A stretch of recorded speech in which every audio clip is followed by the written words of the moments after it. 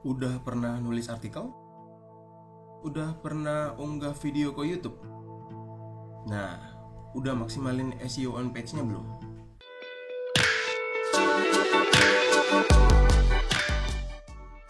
Salam Mas Bro dan Mbak Bro. Hari ini kita akan ngobrol SEO on page adalah apa? Apa pengertian dari SEO on page? Obrolan kita hari ini itu adalah kelanjutan dari video kita sebelumnya, yaitu gimana cara riset kata kunci. Kalau kita sudah mengerti cara riset kata kunci, maka selanjutnya kita perlu membuat sebuah konten.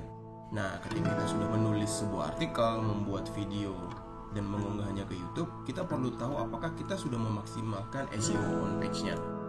Nah, SEO on page itu apa? Sederhananya, SEO on page adalah hal-hal yang menentukan teroptimasinya website atau channel kita terhadap mesin pencari dilihat dari website atau channel kita itu sendiri. Sesuai namanya, on page berarti apa yang ada di dalam sebuah halaman itu sendiri. Hari ini kita akan melihat SEO on page-nya dari sebuah website, misalnya website kekitaan, dan sebuah channel YouTube, misalnya channel YouTube-nya kekitaan juga.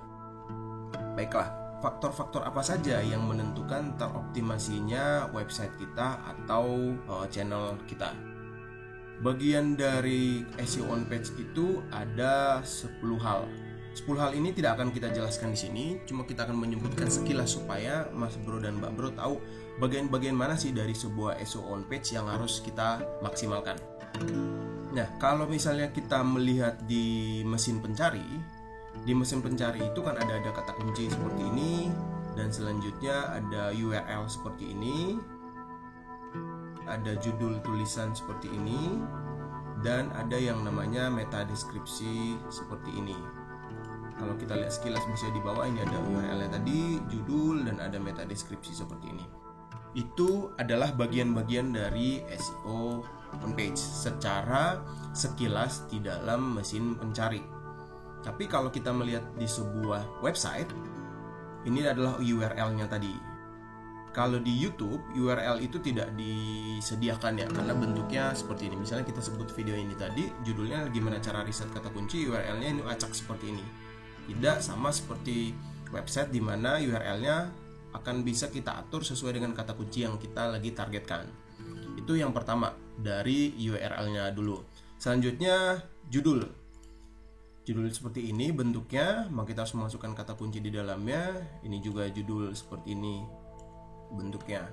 Nah, kalau sebuah website isinya adalah sebuah tulisan, maka dalam video tentu isinya adalah video itu sendiri. Perbedaan di antara keduanya adalah, kalau di dalam video, ketika kita mengupload sebuah video, pastikan nama filenya itu sudah sesuai dengan judul yang kita kejar atau target kata kunci kita. Sedangkan kalau di website itu hanya bisa kita lakukan kalau kita memasukkan sebuah gambar di dalamnya, di mana di dalamnya itu misalnya kita lihat ini, yang bisa kita ganti adalah teks alternatifnya.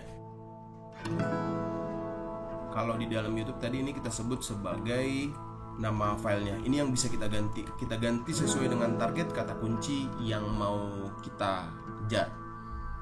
Itu tadi untuk nama file, sedangkan di website itu namanya teks alternatif.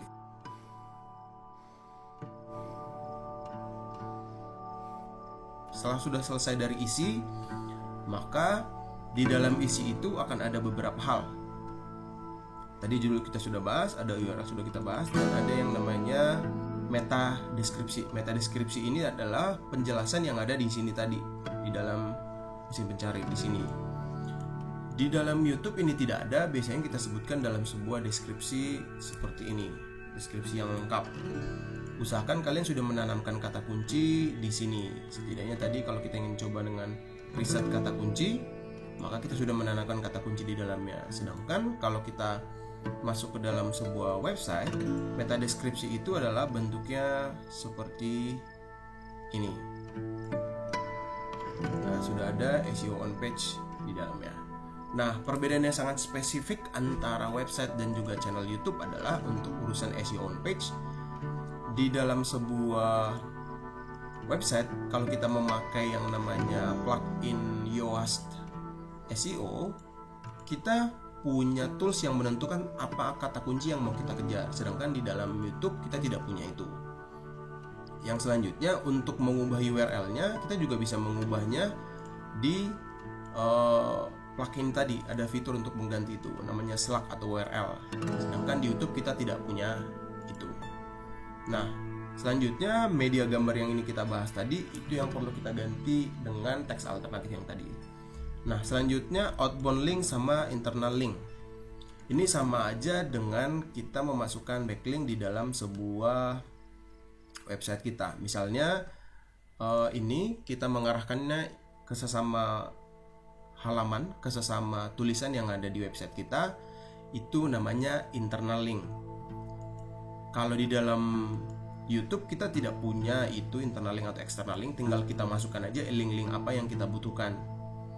Saya di sini kita mau mereka berkunjung ke website kita juga, berarti jadi external link, keluar dari website itu sendiri.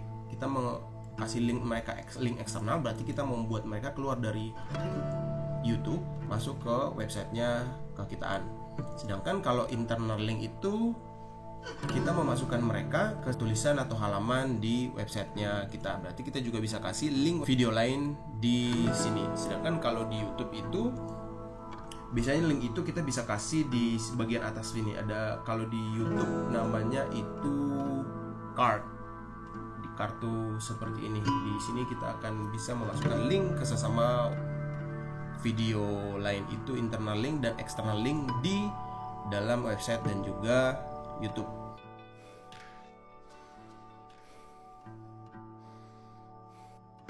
Selanjutnya adalah social sharing. Biasanya di sebuah website kita bisa menyediakan plugin untuk langsung share ke platform-platform lain, bisa ke WhatsApp, Twitter, Facebook, Telegram, atau Pinterest, atau apapun yang lain. Itu namanya social sharing, yang tadi yang sudah kita sebutkan di nomor 9. Sedangkan kalau di YouTube mereka sudah punya sendiri, tinggal klik bagikan, nanti akan dikasih link untuk di-share ke platform lain. Social sharing ini menjadi hal yang paling penting, apalagi kalau kita masih baru memulai. Kita bisa share ke orang-orang terdekat kita atau ke komunitas, ke grup-grup yang berhubungan sama konten yang kita buat, supaya traffic kita atau views-nya kita itu bisa naik duluan daripada menunggu rekomendasi-rekomendasi dari mesin pencari yang ada di Google. Dan yang terakhir adalah kecepatan website. Tentu kalau kita ngomong kecepatan website tidak akan ada hubungannya dengan YouTube, karena itu urusan YouTube sendiri. Tapi kalau kita ngomongin di sebuah website, kecepatan ini penting. Misalnya kalau kita melihat dari tools yang kita punya, Alexa. Di sini kekitaan.com masih termasuk very slow. Dia 5,3 second untuk loadingnya. Tapi diusahakan loading yang kalian punya di sebuah website itu cepat. Kenapa itu penting? Ya karena siapa yang mau berlama-lama di dalam sebuah website yang loadingnya lama. Jadi itu tadi 10 hal yang perlu kita optimasi di dalam sebuah website. Dan itu adalah tadi pengertian dari SEO on page.